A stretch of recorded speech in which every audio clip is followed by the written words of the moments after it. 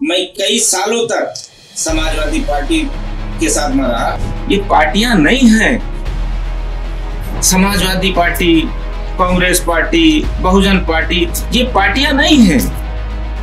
ये दलों का दलदल है। तो समाजवादी पार्टी और कांग्रेस पार्टी इस पर विचार करेगी और इस पर मुसलमानों को आगे लाने का कार्य करेगी। लेकिन इतने सालों के बाद भी कोई भी कार्य नहीं किया।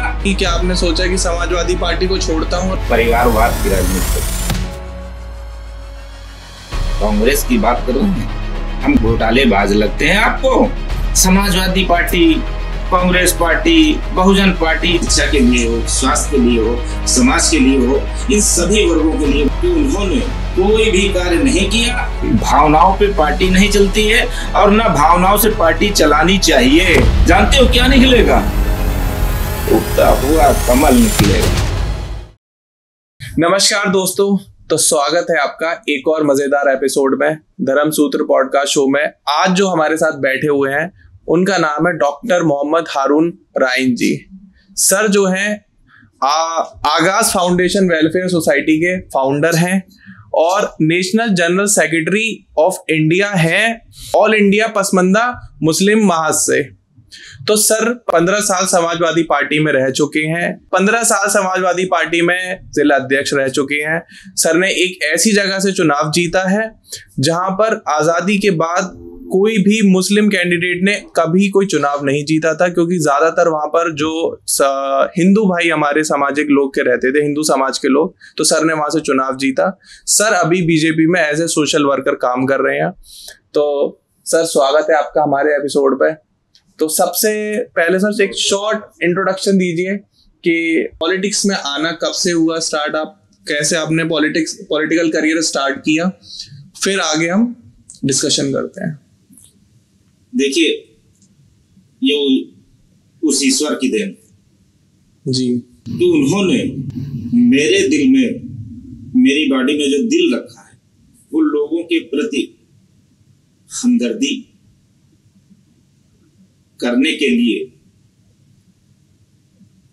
और उनके तमाम गरीबों, मजलूमों, बेसहारा नौजवान किसानों के लिए तमाम काम कराने के लिए, उनकी मदद करने के लिए मेरे दिल में उन लोगों के लिए एक हमदर्दी जगी हुई कि हम उन लोगों के लिए ज्यादा से ज्यादा जो भी हमसे हो सके उनके लिए काम करें और उनको एक नीचे स्तर से ऊपर उठाने के लिए, चाहे शिक्षा के लिए हो, स्वास्थ्य के लिए हो, समाज के लिए हो, इन सभी वर्गों के लिए मैं काम करता हूं। क्योंकि आज तक इन लोगों पर कोई, गरीबों के, मजलूमों पे कोई ध्यान नहीं देता। मैं ऊपर वाले का शुक्र अदा करता हूँ, ईश्वर का, अल्लाह का, कि उन्होंने मेरे दिल में ये हमदर्दी रखी और मैं उन लोगों के काम के लिए आया। मैं बहुत अपने आप को नसीब वाला समझता हूँ कि इन लोगों के काम करके जो हमको सुकून मिलता है वो किसी काम से नहीं मिलता। सही बात है सर। मतलब ऐसे पॉलिटिशियन हो आप या सोशल वर्कर हो, सबसे पहले तो आपका जो दिल है वो बहुत ही कोमल कह सकते हैं होना चाहिए कि आप लोग आम जनता तक जुड़ पाए। मतलब जो नीचे लोग काम कर रहे हैं या जो लोगों की आम समस्याएं हैं उनका आप समाधान कर पाए। तो बीजेपी में आने के बाद आपको सबसे बड़ी आम समस्या क्या लगी कि आपने सोचा कि समाजवादी पार्टी को छोड़ता हूँ और बीजेपी ज्वाइन करता हूँ, तब मैं आम जनता का, चाहे वो हिंदू समाज से हो चाहे वो मुस्लिम समाज से हो, इनकी मैं हेल्प कर पाऊंगा बेहतर तरीके से। देखिए, मैं आपको बता दूं, भारतीय जनता पार्टी में आने का जो कारण है वो भारत देश को आगे ले जाने, जो भारत देश को आगे ले जाने का काम कर रहा है, मैं उसके साथ में खड़ा होकर उसके हौसले के बढ़ाना चाहता हूं। जैसे लोगों ने, विपक्ष की पार्टियों ने एक ये करके रख दिया है कि मुसलमान भाई भारतीय जनता पार्टी के साथ में नहीं जी, मैं दावा करता हूं उनके इन बातों को 100% झुटलाने का काम करूंगा। और मेरा मुसलमान भाई जितना भी है देश में, चाहे मुस्लिम हो, गरीब हो, नौजवान हो, किसान हो, ये सब एक साथ जुट होकर जो देश को आगे बढ़ाने का काम करेगा उसके साथ में खड़े होने का काम। तो सर एक सवाल है मेरा आपसे कि आपने आम जनता की, जो आपके समाज के लोग हैं, जो आसपास के मेन लोग हैं, जिनकी आपने समस्याएं देखी, एज अ सोशल वर्कर हमारा काम यही रहता है कि जो हमारी ऑन रोड या ऑन ग्राउंड जो समस्याएं हैं उनको बड़े पॉलिटिशियंस तक पहुंचाना। तो क्या मेन कारण थे कि समाजवादी पार्टी छोड़कर आपने बीजेपी ज्वाइन करी? समाजवादी पार्टी मुसलमानों को ठगने का काम कर रही है जी।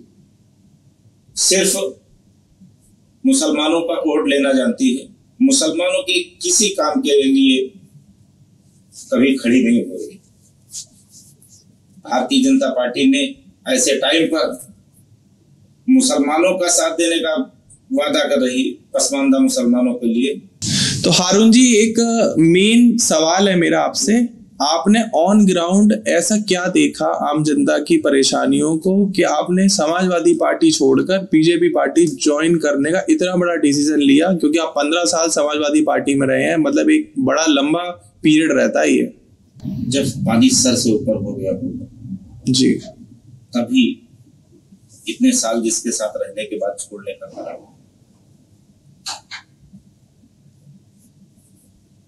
समाजवादी पार्टी युवाओं को, बेरोजगारों को, मुसलमानों को सिर्फ ठगने का काम कर रही है, सिर्फ वोट बैंक समझ के इस्तेमाल करने का काम कर रही, ना कि उनकी किसी सुरक्षा के लिए कोई काम कर रही, ना शिक्षा के लिए कोई काम कर रही, ना रोजगार के लिए कोई काम कर रही थी, ना नौकरी के लिए कोई काम कर रही थी। सिर्फ उसका काम था कि किसी तरीके से बहकाकर गरीबों, मजलूमों, नौजवानों, किसानों का वोट ले लेना और सरकार बनने के बाद सिर्फ अपनी तिजोरियां भरना, अपने लोगों को मजबूत करना और अपने ही परिवार को धन दौलत से नवाजना। बाकी प्रदेश की जनता भूखमरी की कगार पे है, बेरोजगारी की कगार पे है, मुसलमान कहाँ मर रहा है, क्या कर रहा है, कोई मतलब नहीं रहता था, जिसकी वजह से मैं कई सालों तक समाजवादी पार्टी के साथ में रहा। लेकिन उसके बाद भी आपने देखा होगा कि 2006 में सच्चर कमेटी की रिपोर्ट आई जी, जिसमें हम लोगों ने ये उम्मीद की थी कि भारतीय समाजवादी पार्टी और कांग्रेस पार्टी इस पर विचार करेगी और इस पर मुसलमानों को आगे लाने का कार्य करेगी। लेकिन इतने सालों के बाद भी देश में कांग्रेस सरकार थी, प्रदेश में समाजवादी सरकार थी, जो अपने आप को मुसलमानों के हितैषी मानती है जी, जो अपने आप को मुसलमानों के हमदर्द मानती है, उस एक सच्चर कमेटी की रिपोर्ट पर कोई भी कार्य नहीं किया। सिर्फ हमेशा जब भी बात आती है, जब कहा गया तो समझाने का काम किया कि इस बार हो जाएगा, इस बार ये हो जाएगा, इस बार ये हो जाएगा। आज तक जब उन्होंने मुसलमानों के लिए, देश के नौजवानों के लिए, किसानों के लिए जब हमने देखा कुछ नहीं किया, तो उस पार्टी के साथ में मैं आया, जो पार्टी नौजवानों के लिए, किसानों के लिए, मुसलमानों के लिए, देश में पसमानदा मुसलमानों के लिए और देश को आगे ले जाने के लिए, ऊपर बढ़ाने के लिए जो कार्य कर रही थी, मैं उसके साथ में पूरी ईमानदारी और निष्ठा के साथ में काम करना चाहता था। और पूरी ईमानदारी के साथ मैं अकेला नहीं, सैकड़ों लोगों के साथ में पार्टी में आया और एक पार्टी के कार्यकर्ता के रूप में भारतीय जनता पार्टी में हूं। उसकी वजह मैं बता दूं, क्योंकि हमारे जो मजलूम की बात करते हैं तो सिर्फ मोदी जी, गरीबों की बात करते हैं तो मोदी जी, नौजवानों की बात करते हैं सिर्फ मोदी जी, किसानों की बात करते हैं सिर्फ मोदी जी। आप देख लीजिए, आपको बताने की क्या जरूरत है, आप जानते होंगे कि कितना बड़ा काम किया है। सही बात है। किसानों के लिए कितना बड़ा काम किया है, सम्मान निधि देने का काम किया है। गरीबों के लिए क्या किया है, जिसका भाई, खुद का सगा भाई पैसा होने के बाद में उसको 25,000, 20,000, 50,000 देने की हैसियत रखता था, उसके बाद उसको अपने सगे भाई को नहीं देता था। मोदी जी ने क्या किया? बहुत बड़ा काम कर दिया। हारून जी, आप ये बताइए कि समाजवादी पार्टी में आप इतने बड़े बड़े नेताओं से मिले, आपका उठना बैठना रहा अखिलेश यादव जी के साथ, शिवपाल जी के साथ, और आप जो है बीजेपी के भी बड़े बड़े लीडर से मिले, राजनाथ सिंह जी से मिले, आप योगी जी से मिले, आप हमारे उत्तराखंड के सीएम साहब हैं पुष्कर जी, उनसे मिले, तो इनकी विचारधारा में आपको क्या डिफरेंस दिखा? बहुत बड़ा है। देखिए, यूपी की जो पिछली सरकार थी जी, ये भेदभाव की राजनीति करती है, जातवाद की राजनीति करती है, परिवारवाद की राजनीति करती है। अगर जातवाद की और परिवारवाद की राजनीति ना करती तो आज तक बताइए, इतने सालों सरकार रही, कई बार सरकार समाजवादी की बनी, क्या किसी मुस्लिम के बारे में सोचा कि मुख्यमंत्री बना दे? 100% तक वोट लेने का काम किया, लेकिन आज तक कभी इस बारे में नहीं सोचा कि इस बार किसी मुस्लिम नेता को मैं मुख्यमंत्री बना दूं। मुख्यमंत्री तो छोड़िए, उप मुख्यमंत्री बना देते, मुसलमान भाइयों का दर्द कम हो जाता। सही बात है। नहीं बनाए, चलिए हम कह रहे हैं उप मुख्यमंत्री भी नहीं बना पाए आप, कम से कम आप राष्ट्रीय अध्यक्ष थे, प्रदेश अध्यक्ष बना दिए होते जी। भाई, आप जब जिसको सम्मान देंगे तभी आपको सम्मान देगा। सिर्फ आप इस्तेमाल करने का काम करेंगे, एक बार 2 बार इस्तेमाल कर सकते हैं, बार बार नहीं कर सकते। मैं इस्तेमाल किया गया,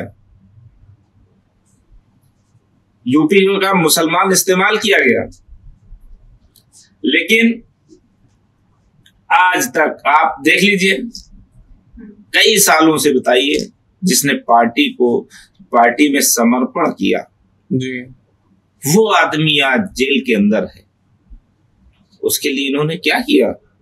किसकी बात कर रहे हैं हम? आजम का? आजम खान के बारे में पूछना कि उन्होंने पार्टी के लिए क्या नहीं किया, कितना पार्टी को आगे ले जाने का काम किया। आज वो इस परेशानी में है, तो अखिलेश जी उनके लिए क्या कर रहे हैं? और हम मुसलमानों को क्या प्रदेश अध्यक्ष बनाएंगे, जब उन्हें अपने खुद के सगे चाचा को बनाने में परेशानी हो रही है जी। शिवपाल जी को आप प्रदेश अध्यक्ष बनाने से कतरा रहे हैं। मुसलमान अब इस बात को समझ गया, जब अपने चाचा को जो आदमी बनाने के लिए इच्छुक नहीं है, उस पर भरोसा नहीं कर रहा है जी, हमको कैसे बनाएगा? मुसलमानों को कैसे सम्मान देगा? पीडीए की बात करते हैं, क्या ठाकुर पंडित नहीं है समाजवादी पार्टी में? काफी। सैयद खान पठान नहीं है समाजवादी पार्टी में? काफी। तो ये पीडीए कहां से आया? आज मुझे समझ में आया कि नौजवानों का नेता, ऊर्जावान नेता, कैबिनेट मंत्री रहने के बाद भी आज उनके साथ में है, पूरे प्रदेश में समाजवादी का कार्य कर रहा है, लेकिन उस नेता का नाम सुनेंगे तो आप बैठे तो इतनी दूर जरूर हैं, लेकिन उस नेता को जानते जरूर होंगे। उस नेता का नाम है अरविंद सिंह गोप। अच्छा। अरविंद सिंह गोप ने समाजवादी में समर्पण किया।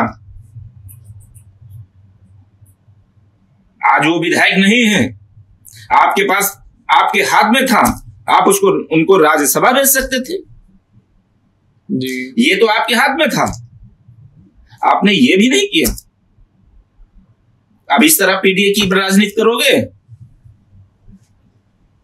जिस ठाकुर ने आपकी पार्टी को मजबूत करने के लिए पूरे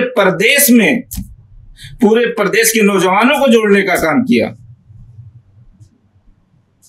उसके लिए आप क्या किए?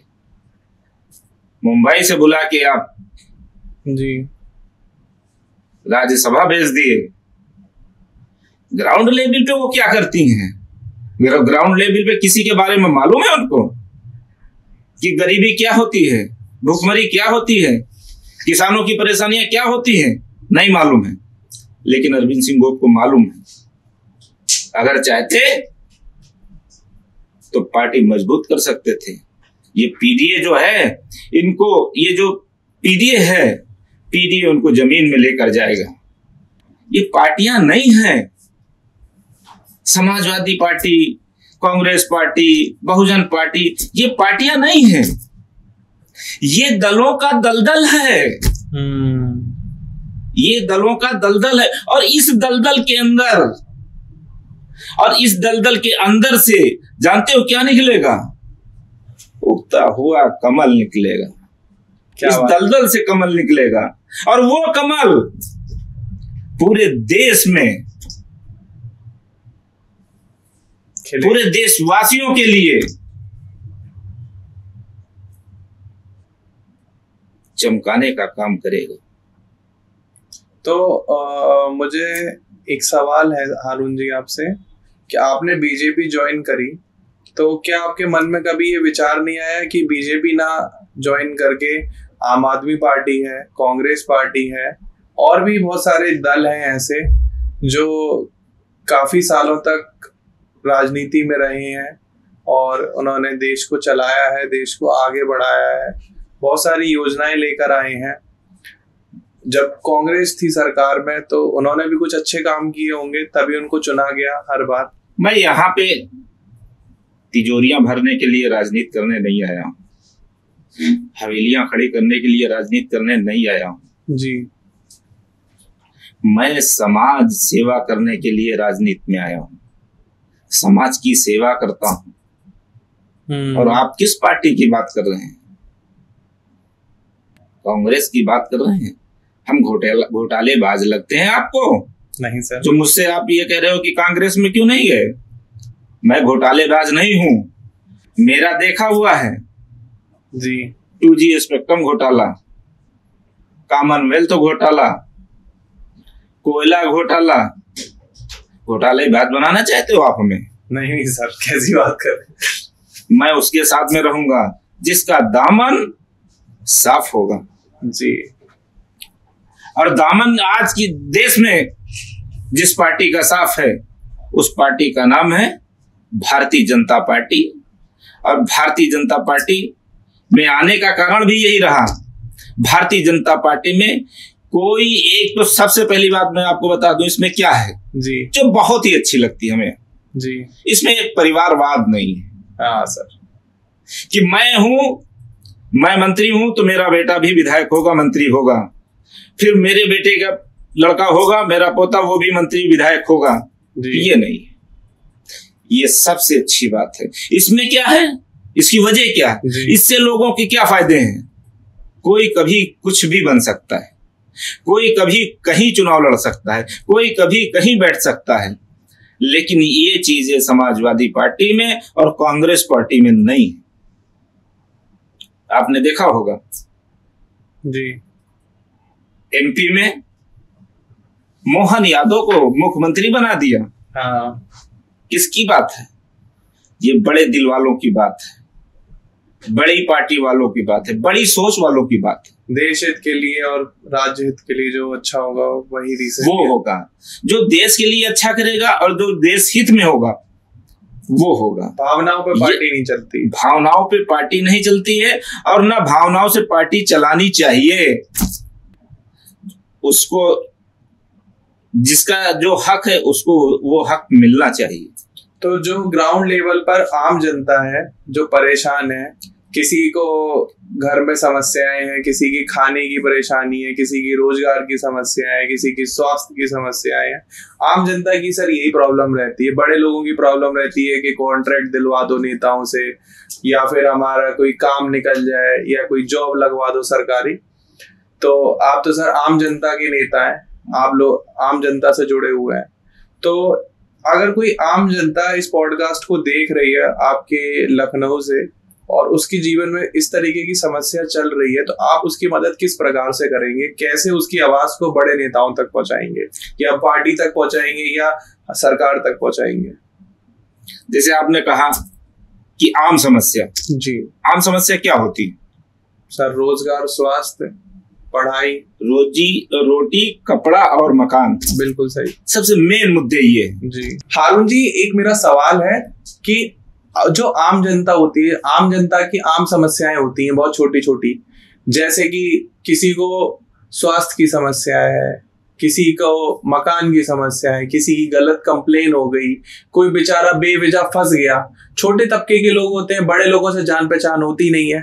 तो उन आम जनताओं की समस्याओं को आप किस तरीके से हैंडल करते हैं और किस तरीके से सॉल्व करते हैं? जैसे बहुत छोटी छोटी समस्याएं होती हैं, हम लोग के सामने आती हैं। कोई गलत तरीके से किसी के नाम FIR करा देता है, उसमें भी मुझे खड़ा होना पड़ता है जी, और उसके लिए मुझे उनकी मदद करनी पड़ती है। परिवार में कोई बीमार होता है तो अब हॉस्पिटल में जाने के लिए आदमी सोचता है कि कोई जिम्मेदार आदमी मिल जाए, जानकार आदमी मिल जाए। तो वहां पर जो हमारे आसपास जो लोग हैं वो जानते हैं, और मेरा कहना भी है उन लोगों के कि कभी भी किसी टाइम अगर मेरी जरूरत है किसी काम के लिए तो मुझे जरूर याद करिए।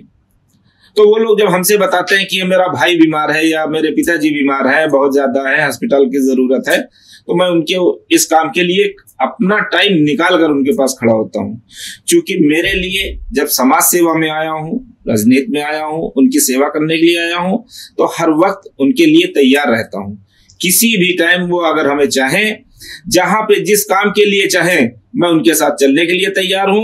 और जो भी समस्याएं होंगी, पैसे की समस्या हो, मैं उसकी मदद करूंगा। इसके अलावा जो चीज हमारे बस में नहीं होगी, और भी तमाम समस्याएं होती हैं जो मेरे ऊपर नहीं हो सकती, वो मंत्री और सांसद और विधायक के उसमें आती हैं, मैं उनके थ्रू भी उनकी मदद कराता हूं। लेकिन वो काम जो गरीब भाई हैं, किसान, नौजवान, मजदूर, मैं उनके हर काम के लिए खड़ा रहता हूं, चाहे जैसे भी हो। मैं उनका काम कराने की 100% कोशिश करता हूं और करा के ही दम लेता हूं। उसके लिए चाहे मुझे राजनाथ सिंह के पास जाना पड़े, चाहे योगी जी के पास जाना पड़े जी, चाहे नीरज सिंह के पास जाना पड़े, चाहे प्रदेश में किसी भी मंत्री और ब्रजेश पाठक जी के पास जाना पड़े, दिनेश शर्मा जी के पास जाना पड़े, किसी भी नेताओं के पास मुझे जाना पड़ता है, मैं उनकी परेशानियों को लेकर उनके पास जरूर जाता हूं, क्योंकि उनका निस्तारण हो सके। तो हारून जी, जैसे आपने बताया कि बीजेपी में आप आम जनता की समस्याओं को लेके आप अब सीधे प्रशासन के पास जा पाते हैं, सरकार के पास जा पाते हैं। क्या समाजवादी पार्टी में भी आप सेम कार्य कर पाते थे आसानी से? नहीं, अगर कर पाते होते तो जो समस्याएं लोगों की थी उनका निस्तारण हो रहा होता शुरू से, तो आज ये नौबत ना आती जी। वहां पे आपको मिलने के लिए टाइम दिया जाता है, और टाइम देने के बाद मिलते नहीं। दूसरी बात, जाने के बाद वहां आपको पहले ही से रोक लिया जाता है कि भाई आज नहीं मिलेंगे। मैं रोज डेली थोड़ी ना चौखट चुनने जा सकता हूं। लेकिन यहां पे जब आया इस भारतीय जनता पार्टी में, तो मैंने कई बड़े नेताओं से मिला, लेकिन कहीं लगता नहीं कि ये लोग नेता हैं। सरकार में होने के बाद भी किसी के पास मैं जाता हूं, बताता हूं, तुरंत बुला के सम्मान दिया जाता है। चाहे हमको, अभी यहाँ दिल्ली में गया था जी, कई बड़े नेताओं से मिला और बहुत आसानी से हमारी बात हुई उन लोगों से, चाहे सुनील देवधर जी हो, चाहे मनोज तिवारी जी हो, और चाहे उत्तराखंड के मुख्यमंत्री जी हो, चाहे नीरज सिंह जी हो, चाहे राजनाथ सिंह जी हो, इतने बड़े बड़े नेताओं से और इतने सरल स्वभाव से मिलना मुझे बहुत अचंभित करता है कि ऐसी पार्टी थी और ऐसी पार्टी से मैं इतने दूर रहा। बड़ा अफसोस हुआ। और जो लोग इस पार्टी से नहीं जुड़े हैं जी, मेरी सलाह माने कि भारतीय जनता पार्टी में आके राजनाथ सिंह का सर ऊंचा करें, मोदी जी का सर ऊंचा करें, अमित शाह जी का सर ऊंचा करें, उत्तर प्रदेश के यशस्वी मुख्यमंत्री योगी जी का सर ऊंचा करने का काम करें। तो आपने आज का पॉडकास्ट समझा। हमारे हारून जी जो कि एक सोशल वर्कर हैं, लखनऊ से हैं, और आम जनता की समस्याओं का समाधान करने के लिए सर ने अपने 15 साल पुराने संबंध जो थे समाजवादी पार्टी से वो खराब करे, अपने पुराने साथियों को, भाइयों को छोड़ा। मतलब एक लंबा समय होता है 15 साल किसी एक अकेली पार्टी को देना, तो ये बड़े हृदय वाला व्यक्ति ही कर सकता है। तो मेरा सभी से रिक्वेस्ट है कि सर अभी बीजेपी में हैं, सर के साथ जुड़े, बीजेपी को मजबूत करें, सर के दल को मजबूत करें, और हारून जी के साथ आप जुड़कर अपनी समस्याओं को भी साथ में रख सकते हैं और सर का सपोर्ट लेके आगे बढ़ें। और बीजेपी जैसे आपने सर की विचारधारा को समझा, कोई हिंदू कोई मुस्लिम समाजवादी पार्टी की तरह काम नहीं करती। उनका कार्य जो है वो देश के लिए है, देश हित के लिए है, नौजवानों के लिए है, युवाओं के लिए है और हमारे देश प्रेमियों के लिए है। तो इस पॉडकास्ट को देखने के लिए आपका बहुत बहुत शुक्रिया। हारून जी से जुड़ने के लिए मैं उनका नंबर आपको डिस्क्रिप्शन में डाल दूंगा, आप सर को व्हाट्सएप पे कनेक्ट कर सकते हैं। बाकी वीडियो में कुछ पसंद आया हो तो प्लीज लाइक करें, कोई भी सवाल हो आपका तो कमेंट कर सकते हैं, और चैनल को प्लीज सब्सक्राइब कर लें। इट्स अ ऑनर सर, आज आप हमारे आए। थैंक यू सो मच अपना कीमती समय हमें देने के लिए और समाजवादी पार्टी और बीजेपी पार्टी की जो विचारधाराएं हैं उनको लोगों के सामने रखने के लिए। Thank you so much sir. धन्यवाद आपका। जी जी धन्यवाद सर। बहुत अच्छे से आपने हमसे बात की और इसके लिए बहुत बहुत शुक्रिया। बहुत बहुत शुक्रिया सर। Thank you.